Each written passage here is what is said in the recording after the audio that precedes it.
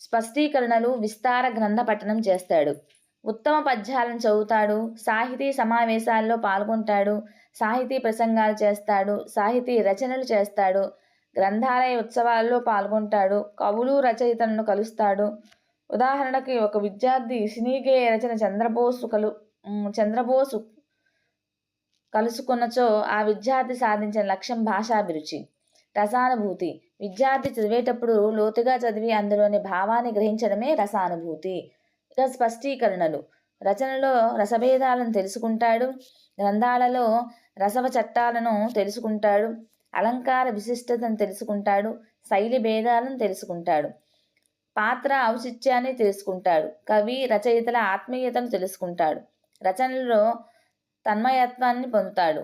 ఒక విద్యార్థి గుర్రం జాషువా గారి గబ్బిలం అనే కావ్యాన్ని చదివి జాషువా గారి ఆత్మీయతను తెలుసుకున్నచో ఆ విద్యార్థి సాధించిన లక్ష్యము రసానుభూతి. సముచిత మనోవైఖరులు. ఒక వ్యక్తికి ప్రదేశాన్ని, జంతువును చూడగానే మనస్సులో ఏర్పడే ప్రత్యేకత భావమే వైఖరి. వైఖరి 2 రకాలు: అనుకూల వైఖరి, ప్రతికూల వైఖరి. ఉపాధ్యాయుడు విద్యార్థుల్లో అనుకూల వైఖరిని కలిగించాలి. అనుకూల వైఖరికి మరొక పేరు సముచిత వైఖరి, మనోవైఖరులు, స్పష్టీకరణలు. విమర్శలను సహృదయంతో ఇక విమర్శనాత్మక దృష్టిని కలిగి ఉంటాడు. ఇతర భాషల పట్ల సమానాదరణ చూపుతారు. కవులు, రచయితలను గౌరవిస్తాడు. సాహితీ కృషిని ప్రోత్సహిస్తాడు.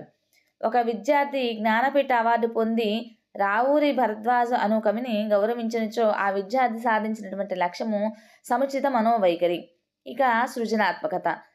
అందరూ అనుసరించేటువంటి పూర్ణాన్ని కాకుండా నూతన మార్గంలో ప్రయాణిస్తూ అందరూ చేరుకునే లక్ష్యాన్ని చేరుకునే వారికి సృజనాత్మకత ఉన్నట్లు. స్పష్టీకరణలు. స్వతంత్ర రచన చేస్తాడు. ఒక ప్రక్రియను మరొక ప్రక్రియలోకి మారుస్తాడు. శైలిలో ప్రత్యేకతను చూపుతారు. నుడికారపు సొంపును ప్రదర్శిస్తాడు. ఉదాహరణకు ఒక విద్యార్థి గురజాడ అప్పారావు గారు నాటక ప్రక్రియలో రాసినటువంటి కన్యాశుల్కాన్ని నవలా ప్రక్రియలోకి మార్చాడు. అయినచో ఆ విద్యార్థి సాధించినటువంటి లక్ష్యం సృజనాత్మకత. భాషాంతరీకరణ సామర్థ్యం. ఒక భాషలో ఉన్నటువంటి విషయాన్ని మరొక భాషలోకి మార్చడమే అనువాదం. మూల భాషల్లో నుండి విషయాన్ని లక్ష్య భాషలోకి మార్చడమే అనువాదం. ఏ భాషలో నుండి అనువదిస్తున్నామో అది మూల భాష. ఏ భాషలోకి అనువదిస్తున్నామో అది లక్ష్య భాష. తెలుగులో నుండి సంస్కృతంలోకి అనువదించేటప్పుడు మూల భాష తెలుగు, లక్ష్య భాష సంస్కృతము. అనువాదము 2 రకాలు: మూలానువాదము, స్వేచ్ఛానువాదము.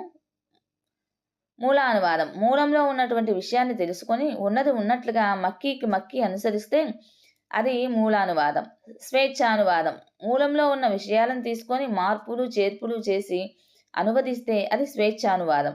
ఉదాహరణకు నన్నయ్య మహాభారతాన్ని స్వేచ్ఛానువాదం చేశాడు.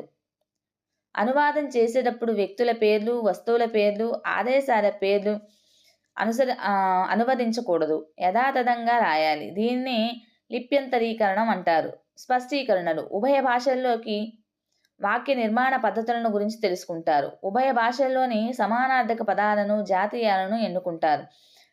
అలానే విశ్వనాథ సత్యనారాయణ గారు తెలుగులో 1000 పడగలు అనే నవలను రచించగా దీనిని పివి నరసింహారావు గారు సహస్రఫన్ అనే పేరుతో హిందీ భాషలోకి అనువదించారు. అయినచో పివి నరసింహారావు గారు సాధించిన లక్ష్యము భాషాంతరీకరణ సామర్థ్యం.